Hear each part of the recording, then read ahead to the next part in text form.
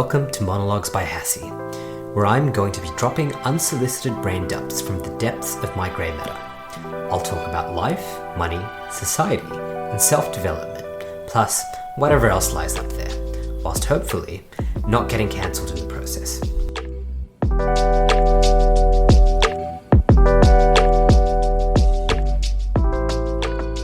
It's been over 3.5 years since I had my last intentional drink of alcohol. And I think since I've come through, such a prolonged period of not drinking, and basically as soon as I turned 18, from 18 to 25, I was a big drinker. Not that it was regular, but when I did go out to parties, I used it to turn off parts of my brain and definitely took alcohol to an excess. So for me personally, not having had a drink for the last 3.5 years is a massive achievement, and I look forward to hitting the 4-year mark this year in September. So I always get asked, what's the reason that you stopped drinking? So I'm not somebody who comes from a cultural background where we're necessarily against alcohol. So if you look at people who might be of the Muslim faith, then it is in their scriptures to not drink. And it's quite a common trait. And in fact, in those situations, it's more of a question when somebody does drink and that's part of their lifestyle. But for me, I didn't come from that. So even within my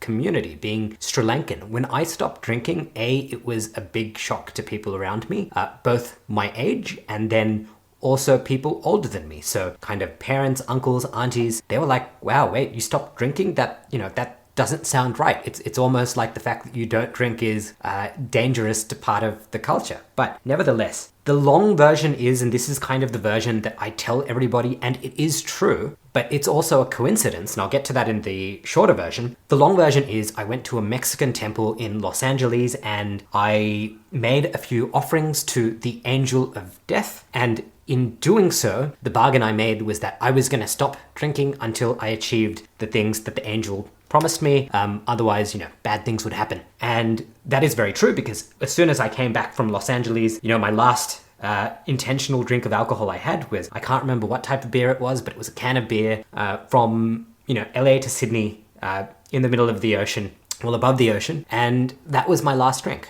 On Delta Airlines, like whatever beer they provide in economy class. And since then, I have avoided, abstained from drinking alcohol. Now, the short version of this story is much simpler and will probably make a lot more sense to those of you listening. But for anyone who's heard some of my previous episodes, especially where I talk about experiencing depression and poor states of mental health, the big reason that I personally abstained from alcohol is I was at a point in my life where so many things just weren't going right and I wasn't feeling very positive. And as a result of that, I made the decision that, I had got so many disadvantages in my life. Why am I choosing to add something which is going to cloud my mind and, only temporarily numb the pain or numb any issues that I'm facing? And I think that was quite controversial as well, because when I told my parents this, they were like, well, what disadvantages do you have in your life that you need to stop drinking? It was something that definitely was a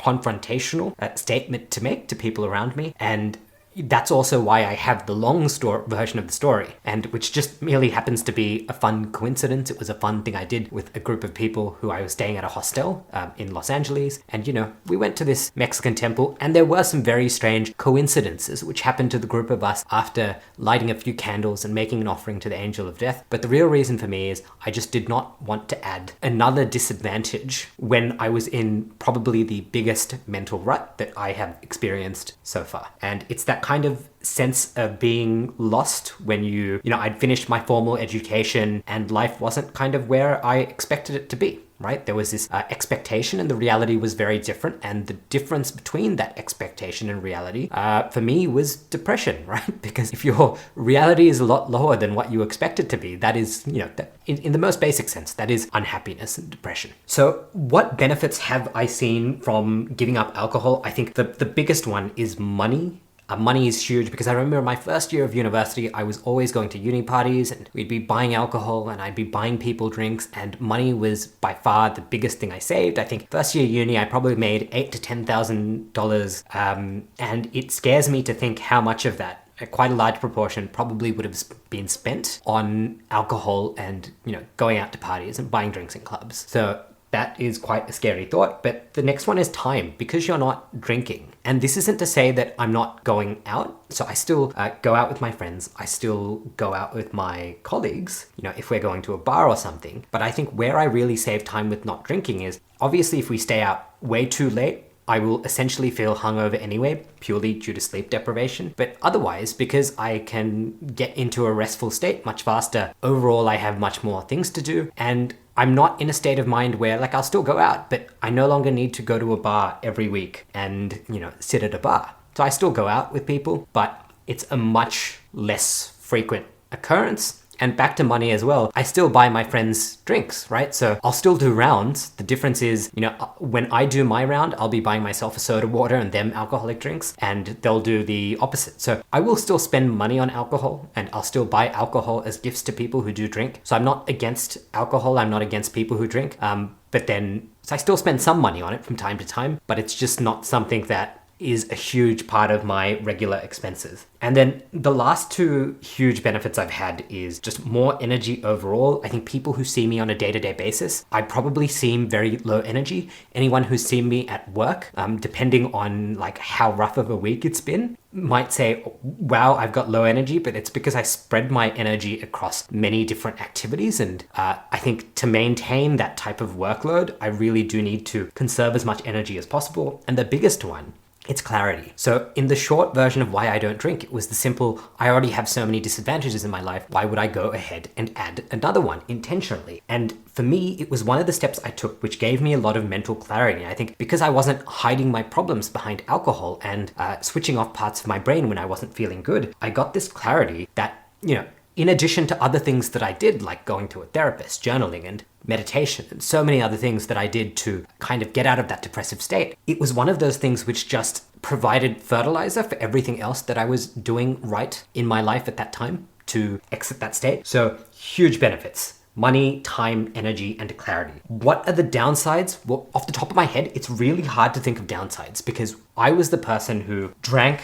I had a good time drinking, but I was the type of person who would get, if it was a big party, I'd drink to the point where I'd be blackout drunk. And a lot of my friends who came to my 21st birthday, we always debate on this, but it's, did you pass out at 9 o'clock or did you pass out at 8:30, 8 o'clock? I always like to think that I made it a little bit later in the night, but I actually wasn't present for most of my 21st birthday party. I obviously went through with all the stress of planning it, but on the actual day, I think I had so many drinks. Everybody who kind of came to that party, like all my university friends, I had a drink with them, and then we did a King's Cup after the speeches, and apparently I was just out after that. So it's not a night I remember, but all my friends apparently had a great time, so which is wonderful. Nevertheless, when I look at my relationship with alcohol over the times I drank, I'd say out of every 100 times I drank, I probably had, good experiences 99% of the time, which is very natural in early university. You're drinking to socialize, party, meet people, but there would always be something that happened on that one time out of 100 where that negative outweighed all the positives of those 99 times that I, drank alcohol and had a decent time. So for me, it's one of these things where the benefits of not drinking alcohol is I get to avoid that kind of 1 out of 100 negative occurrence. And don't get me wrong, I will still do stupid things if I'm very sleep deprived, but it's a very different kind of level of stupidity that I will engage in, right? Potentially less harmful to myself and people around me. So that's the kind of real difference. So overwhelmingly, there are benefits, but there are situations where different people may not like that you aren't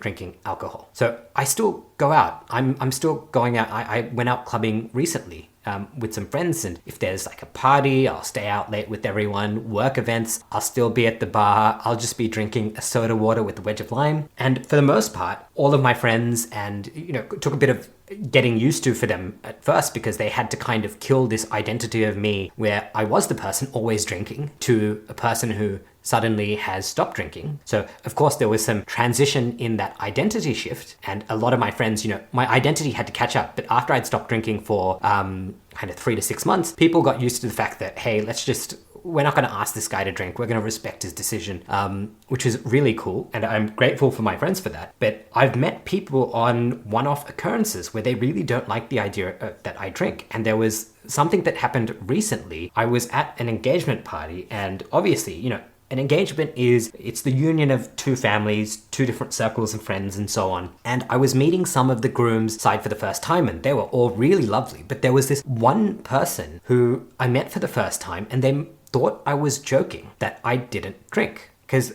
again, people who see me outside of the context of work, if I'm at having a purely social day and, it's been a good week, I will have a part of my personality. It's almost like all that alcohol I drank from 18 to 25 is permanently embedded into my system. That's the joke I always make, that I've had enough alcohol for a lifetime, and sometimes people think that I'm bullshitting them when I tell them that I do not drink. So again, we were doing these things where we were buying rounds, and these are new people, so I bought them rounds and they bought me rounds. And then we got to the end of towards the end of the night, we were changing venues, and I was about to buy the last round, and I asked for a soda lime, and then this one person came and asked the bartender to change the drink from a soda lime to a vodka soda. And I said, no, don't do that. But the bartender didn't hear in time, and basically we got a vodka soda back, which I gave to somebody else. This person then asked me, well, no, mate, you should drink that vodka soda because that last drink I gave you, it actually had alcohol in it. So somebody went against my wishes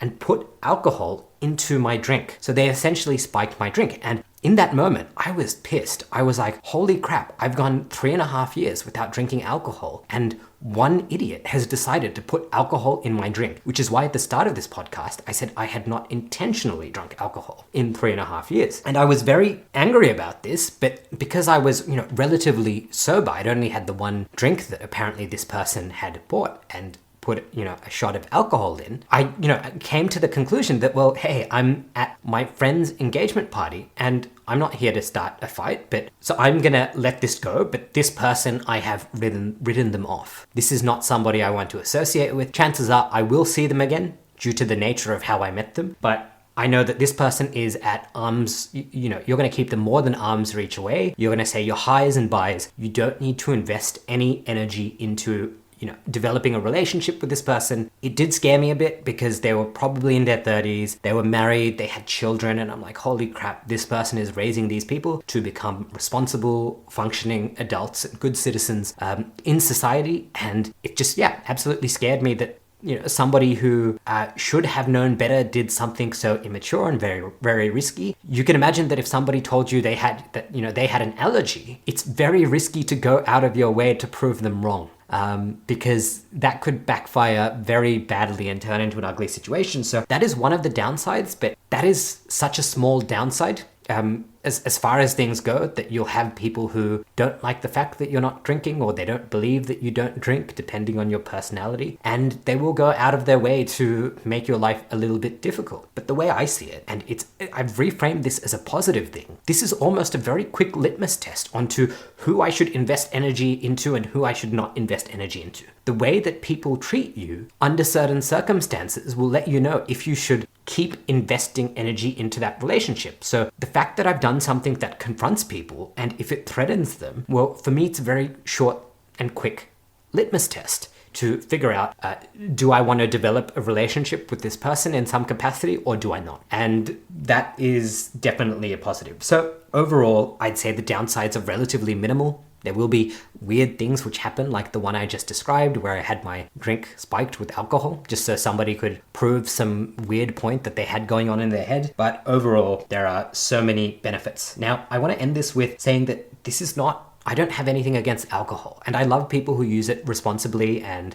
have a drink of like a glass of red wine, or have a, vodka soda after long weeks of work. I'm absolutely not against that. As I mentioned, I still do buy alcohol for my friends and family as gifts, and at the bar, I'll shout everyone around. And, of course, economically, it doesn't work out because they're buying me soda limes and I'm buying them drinks with alcohol, and the price difference is pretty significant, but nevertheless, it's not really about penny pinching when it comes to something like that. So alcohol is perfectly fine, but my own personal relationship with alcohol has always been to kind of mask either something going wrong, in terms of mentally, or just because I was maybe working too hard at university and gone through all these exams and sleepless nights, and now I'm going to go get blackout drunk. And for me, that's not healthy. Now, the final question I get is, will you ever drink again? And yeah, I haven't ruled it out. I know people who have gone on kind of temporary intensely, and maybe not as long as 3.5 years, but they might have done a few months to a year, or maybe a few years of not drinking, and then they've gone back to drinking, and they still drink, but it's just changed their patterns. So I'm not against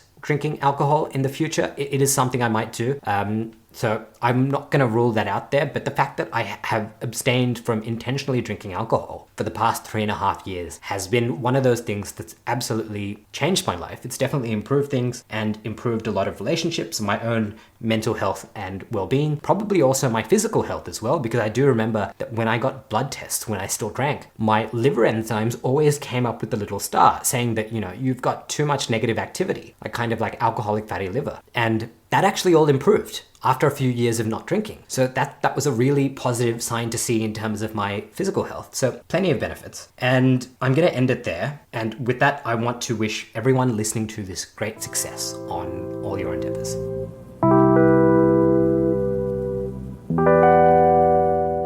You've just made it through another episode of Monologues by Hassie. It brings me great pleasure to know that you made it to the end.